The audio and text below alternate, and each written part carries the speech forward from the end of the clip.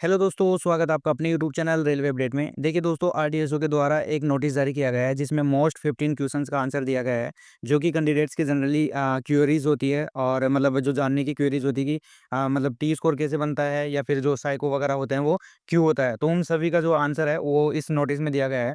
चलिए one by one करके अपन जो है 15 क्वेश्चंस का आंसर देखते हैं, क्या आरटीएसओ के द्वारा जो आपके आंसर दिए गए हैं। ठीक है ना दोस्तों, चलिए वीडियो को शुरू करते हैं बिना किसी देरी के। अगर आप हमारे चैनल पर नए हैं तो प्लीज़ चैनल को सब्सक्राइब कर लीजिएगा।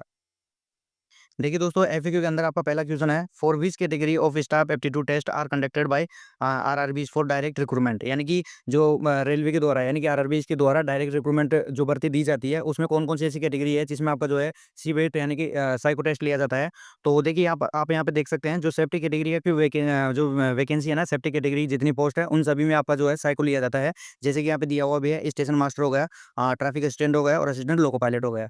ठीक है ना? तो यहाँ पे आगे दिया गया है कि इनका पर्पज़ क्या है, तो पर्पज़ जो है वो आपका है पर्सनैलिटी, यानी कि आपकी पर्सनैलिटी एक तो चेक की जाती है। दूसरी बात आपका जो मेंटल स्टेबिलिटी है ना वो चेक की जाती है, कि आप कितना जल्दी जो है वो किसी चीज़ को होने पर रिएक्ट कर सकते हैं, यानी कि आप जो डिसीज़न ले सकते हैं। कुल मिला के अगर नॉर्मल भाषा में समझे तो आप ऐसे समझ लो कि आप जो डिसीज़न ले सकते हैं ना वो कितना जल्दी ले सकते हैं। देखिए दोस्तों, आप जानते हैं जो स्टेशन मास्टर और असिस्टेंट लोको पायलट की जो पोस्ट होती है, ये थोड़ी सेफ्टी से रिगार्डिंग होती है, क्योंकि हज़ारों लाइफ़ जो है वो इन्हीं के ऊपर टिकी होती है, ताकि कुछ भी होने से पहले वो तुरंत एक्शन ले और जो भी मतलब कुछ बड़ा हादसा होने वाला है उसको रोक सके। ठीक है ना दोस्तों? तो इसीलिए जो आपका ये साइको टेस्ट है वो लिया जाता है। ठीक है दोस्तों, दूसरा क्वेश्चन है, which category have been taken into the ambit of aptitude testing in CBT computer based testing mode at present. कहने का मतलब है जो आपका अभी वर्तमान में ऐसी कौन कौन सी कैटेगरी है जिनमें आपका सीबीटी हो रहा है ना, उसमें एप्टीट्यूड टेस्ट लिया जाता है। तो देखो आप यहाँ पे देख सकते हैं जो अभी एप्टीट्यूड टेस्ट लिया जा रहा है ना, तो वो आपकी एक तो स्टेशन मास्टर की पोस्ट है, वो मैंने ऊपर भी बताया। बाकी उसके अलावा जो आपकी असिस्टेंट लोको पायलट और ट्रैफिक असिस्टेंट है उसके लिए लिया जा रहा है। ठीक है ना?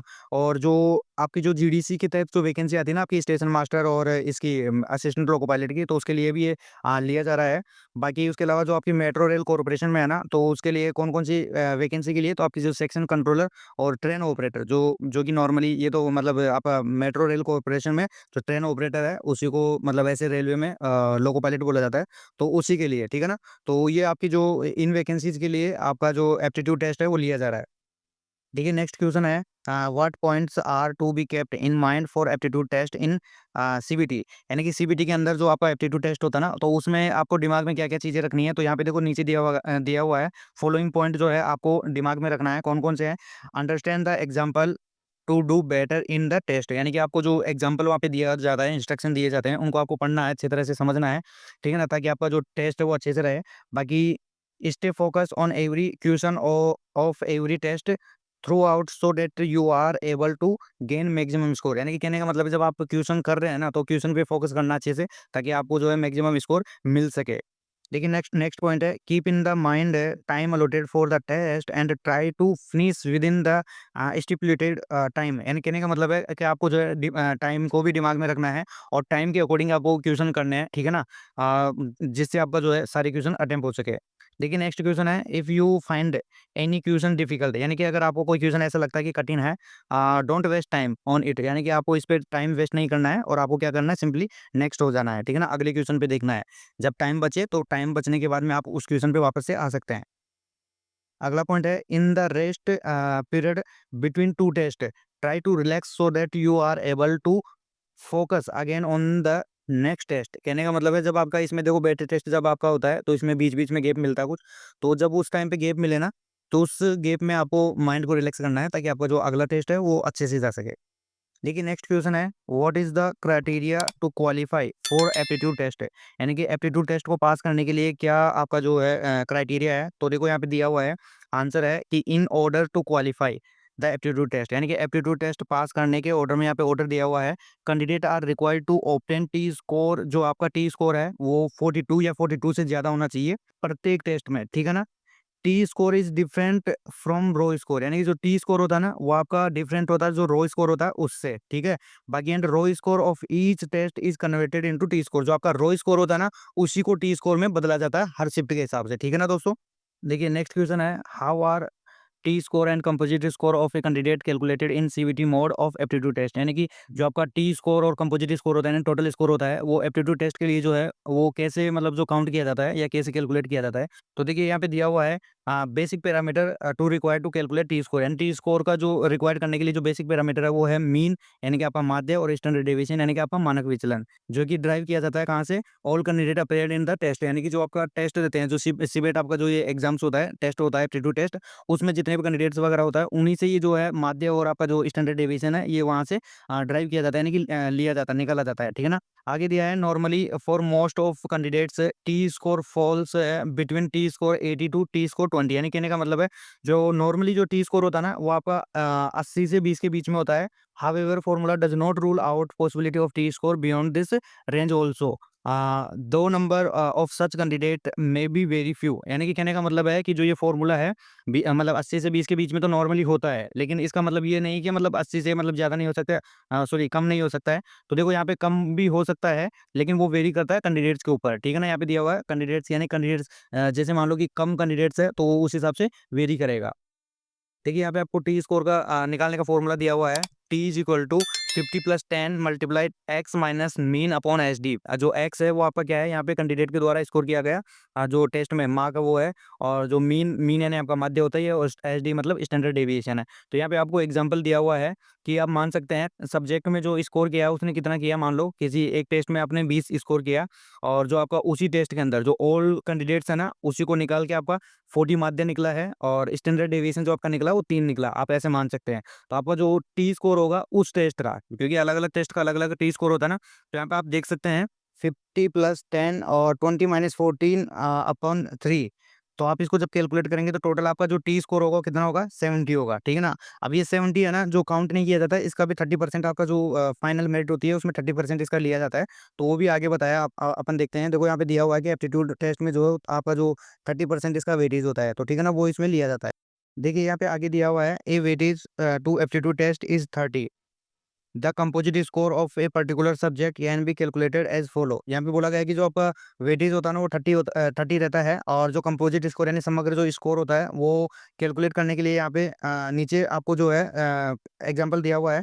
देखो composite T score of a candidate having 5 test in battery 300, यानी कहने का मतलब है कि जो कंपोजिट स्कोर है ना किसी कैंडिडेट का वो पांचों बैटरी टेस्ट के अंदर 300 है, और जो आपका मैक्सिमम टी स्कोर जो आप ले सकते हैं वो कितना ले सकते हैं। तो आपका पता है, आपको पता है एक बैटरी टेस्ट में आपका 80 नंबर का होता है, तो आप टोटल 400 नंबर का जो आपका मैक्सिमम होता है क्या बोलते हैं एप्टीट्यूड टेस्ट, तो आप उसमें वो ले सकते हैं। तो मान लो किसी कैंडिडेट के पांचों में 300 आए और टोटल 400 है, ठीक है ना, और कंपोजिट स्कोर निकालना है। तो देखिए यहाँ पे नीचे दिया हुआ है, मैं थोड़ा इसको ऊपर कर लेता हूँ। देखिए यहाँ पे दिया हुआ है out of 400 score candidate scored 300, यानी कि 400 में से कितना प्राप्त किया है, 300 नंबर उसने प्राप्त कर लिए हैं। तो अब 30 जो आपका 30% वेटेज है ना, तो उसमें कैसे निकालोगे। तो देखो यहाँ पे देख रहे हैं आप यहाँ मतलब यहाँ पे दिया हुआ है जितना आपका आपने प्राप्त किया वो उसको गुणा करो 30 से और उसमें भाग दे दो 400 का, ठीक है ना। तो आपका जो टी स्कोर हो गया कंपोजिट यानी समग्र हो गया वो कितना हो गया, 22.5 हो गया। यानी कि जो आप 30% लेते हैं ना तो उसमें से कितना आ गया आपका, तो ये जो 30% लेते हैं उसमें से आपका 22.5 नंबर जो है आपका काउंट किया जाएगा उसमें, ठीक है ना। देखिए दोस्तों, नेक्स्ट क्वेश्चन है can T score in any test of aptitude test battery be negative number also, and कहने का मतलब जो आपका एप्टीट्यूड टेस्ट होता है जो उसमें क्या आपका नेगेटिव मार्क हो सकता है। तो देखो यहाँ पे दिया हुआ कि हाँ आपका ये नेगेटिव मार्क हो सकता है, ये पॉसिबिलिटी है। जो टी स्कोर है वो आपका माध्य और स्टैंडर्ड डेविएशन के आधार पर निकाला जाता है। तो ये जो इंडिविजुअल जो पर्टिकुलर है रो स्कोर उसके ऊपर ये मतलब वेरी करता है, तो इसका मतलब आपका जो ये नेगेटिव में भी जा सकता है। तो यहाँ पे आपको एक एग्जाम्पल दिया हुआ है कि टोटल नंबर ऑफ क्वेश्चन दिया हुआ है 50 है, ठीक है ना। इसका जो माध्य है वो 40 है, स्टैंडर्ड डेविएशन है वो कितना है 5 है। तो यहाँ पे आप निकालोगे कैसे निकालोगे टी स्कोर, तो टी स्कोर का आपको फॉर्मूला मैंने ऊपर बताया था, सेम उसमें आप यहाँ पे रखोगे। तो देखो यहाँ पे आप देख सकते हैं माइनस के 30 जो है आपका मतलब टी स्कोर आ रहा है। तो इसका मतलब 40 या 40 के ऊपर आपका टी स्कोर होना चाहिए, लेकिन आप यहाँ पे देख सकते हैं -30 भी जो टी स्कोर आ रहा है वो आ सकता है। ये किस पे वेरी करता है, तो ये जो आपका रो स्कोर वगैरह जो होता है उस पे वेरी करता है, ठीक है ना दोस्तों। देखिए आगे दिया हुआ है normally score of maximum number of candidate lie between 20 to 80, यानी कि जो कैंडिडेट मतलब जो नॉर्मली जो स्कोर प्राप्त कर सकता है ना वो मैक्सिमम 80 से 20 के बीच में आपका जो स्कोर वो प्राप्त कर सकते हैं। लेकिन यहाँ पे बताया गया है कि जैसा कि ऊपर ये फॉर्मूला में एक्सप्लेन किया गया है, जो ये टी स्कोर निकालने का फॉर्मूला है ना, ये आपका जो है रोल आउट नहीं करता या पॉसिबिलिटी नहीं दिखाता कि आपका जो मतलब उसी के बीच में आएगा या फिर नेगेटिव मार्क नहीं हो सकता है। जैसा कि आपको ऊपर दिखाया गया है तो नेगेटिव मार्क भी आपके हो सकते हैं, तो वो वेरी करेंगे आपके कैंडिडेट्स जो मतलब बहुत कम कैंडिडेट्स टेस्ट में बैठे हो उस हिसाब से, और जो आपका नंबर स्कोर प्राप्त किया हो उस हिसाब से। देखिए अगला पॉइंट दिया हुआ है I did very well but still my T score in the test is less than 42, how is it is possible. तो देखो यहाँ पे बोला गया है कि जो आपका ये मतलब मैंने टेस्ट में बहुत अच्छा किया है लेकिन फिर भी मेरा जो टी स्कोर है वो 42 है, तो ये कैसे पॉसिबल हो सकता है। तो देखो यहाँ पे दिया हुआ है कि ये पॉसिबल हो सकता है कैसे। जो आपका टी स्कोर होता है ना वो मीन और जो आपका स्टैंडर्ड डिविएशन होता है ना उसके बेस पे होता है, और जो इंडिविजुअल जो पर्टिकुलर रो स्कोर होता है ना उसके ऊपर होता है। तो ये पॉसिबल हो सकता है, यानी कि ये वेरी कर सकता है। जो आपका जो मार्क है टी स्कोर वो 42 से कम हो सकता है। यहाँ पे आपको एक एग्जांपल भी दिया हुआ है कि टोटल नंबर ऑफ क्वेश्चन जो टेस्ट में है वो कितने मान सकते हैं अपन, 100 मान सकते हैं। ठीक है ना, मान लो कि उस टेस्ट में जो जो आपके क्या बोलते हैं मीन यानी कि माध्य जो नंबर है टोटल यानी कि एवरेज जो नंबर है वो 85 है, और जो आपका स्टैंडर्ड डेविएशन है वो 10 है। ठीक है ना, और रो स्कोर अगर आप मानते हैं कैंडिडेट के, तो मान लो उस कैंडिडेट के रो स्कोर 75 है। अगर मान लो उसका रो स्कोर 75 है तो टी स्कोर कैसे निकालेंगे। तो यहाँ पे टी स्कोर का फॉर्मूला यहाँ पे दिया हुआ है, और जैसे ही इसमें आप रखोगे ना, क्योंकि ऊपर मैंने आपको बताया भी है, तो आपके जो टी स्कोर है वो कितना आ रहा है 40 आ रहा है। तो देखो आप देख सकते हैं, यानी कि ये 42 से कम है, और यहाँ पे 42 से कम आते ही मतलब एक भी अगर बैटरी में आपका 42 से कम आता है तो आप फेल हो जाते हैं, मतलब साइको में पास नहीं होते हैं। देखिए नेक्स्ट क्वेश्चन है, if the test battery of aptitude test for station master traffic assistant consist of 5 test then why are 6 score generated. And कहने का मतलब है, मतलब यहाँ पे क्वेश्चन में बताया गया है कि मतलब जो आपका स्टेशन मास्टर और ट्रैफिक असिस्टेंट के लिए जो है 5 बैटरी टेस्ट होते हैं, लेकिन जो स्कोर दिया जाता है वो 6 क्यों जनरेट किया जाता है, वो वही मतलब क्वेश्चन दिया गया है। तो उसका आंसर नीचे दिया हुआ है, aptitude test of station master and traffic assistant being recruited through RRB is conducted in the CVT mode, and test battery has 5 different tests and score 6 scores get generated. यानी कि कहने का मतलब है कि जो आरआरबी है वो 5 टेस्ट लेती है आपका, जिसमें अलग अलग जो टेस्ट होते हैं वो, तो लेकिन आपका जो स्कोर होता है वो 6 में से आता है। तो देखिए आपका जो 6 स्कोर आता है वो क्यों आता है, तो देखो यहाँ पे बोला गया कि जो 5 नंबर का जो टेस्ट है ना, उसमें दो डिफरेंट यानी कि दो डिफरेंट डायमेंशन पर्सनैलिटी आपकी चेक की जाती है ना, और उसका अलग अलग जो आपके मार्क है वो जनरेट किए जाते हैं। और ठीक है ना, यहाँ पे दिया हुआ है कि it mandatory for a candidate to qualify on both the dimension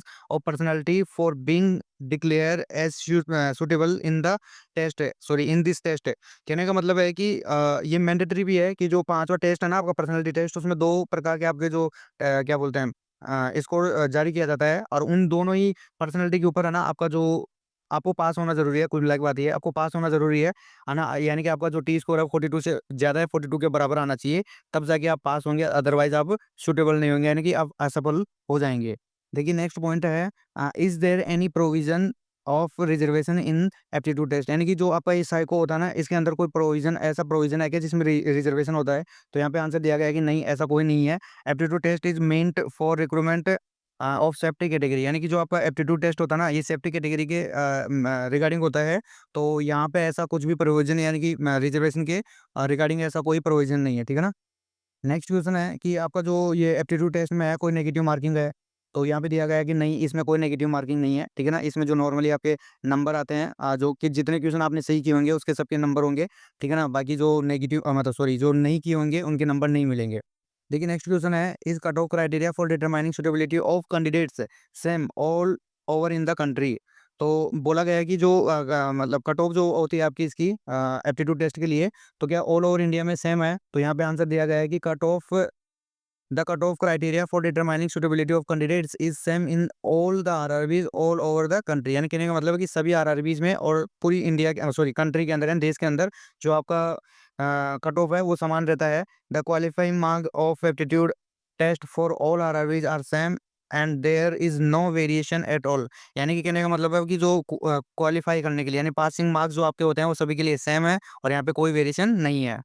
देखिए नेक्स्ट पॉइंट है, how are the mark obtained by the candidates in RRB examination and aptitude test apportioned for final preparation of merit list है। तो देखो यहाँ पे बोला गया है कि जो कैंडिडेट है वो फाइनल जो मेरिट के लिए जो है वो किस प्रकार से मार्क जो है वो ऑब्टेन कर सकता है। तो यहाँ पे दिया हुआ है कि जो आपका रेशियो होता है ना वो 7:30 होता है, यानी कि 70:30 होता है, यानी 70% जो आपका होता है CBT 2 या CBT 1 जिसमें रहेगा उसका लिया जाता है, बाकी 30% आपका जो CBET का है उसका लिया जाता है। देखिए नेक्स्ट क्वेश्चन है, on which centres credit is being administrated for deployment of loco pilots on high speed in Indian railway.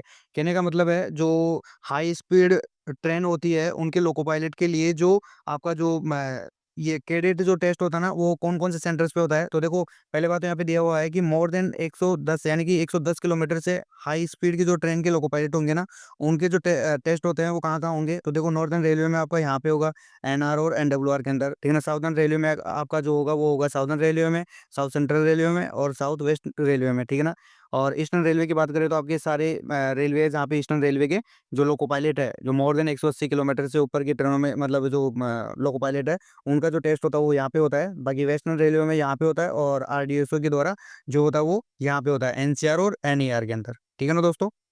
देखिए दोस्तों नेक्स्ट क्वेश्चन है, what tests are administered in cadet, यानी कि जो आपका कैडेट टेस्ट होता है ना जो लोको पायलट का उसमें क्या क्या टेस्ट होते हैं, कौन कौन से मतलब जो टेस्ट होता है उसमें क्या क्या सब्जेक्ट के लिए पूछा जाता है। तो यहाँ पे 5 आपको टेस्ट दिए हुए हैं, कौन कौन से हैं। रिएक्शन टाइम टेस्ट, यानी कि आप कितना जो है टाइम में रिएक्ट कर सकते हैं वो वाला टेस्ट। उसके अलावा फॉर्म परसेप्शन टेस्ट होता है, ग्रुप बर्डन टेस्ट होता है, स्पीड परसेप्शन टेस्ट होता है और विजुअल डिफरेंशिएटिंग अटेंशन टेस्ट होता है, ठीक है ना। तो उसमें 5 टेस्ट होता है, इसके आधार पर उनका जो टेस्ट लिया जाता है।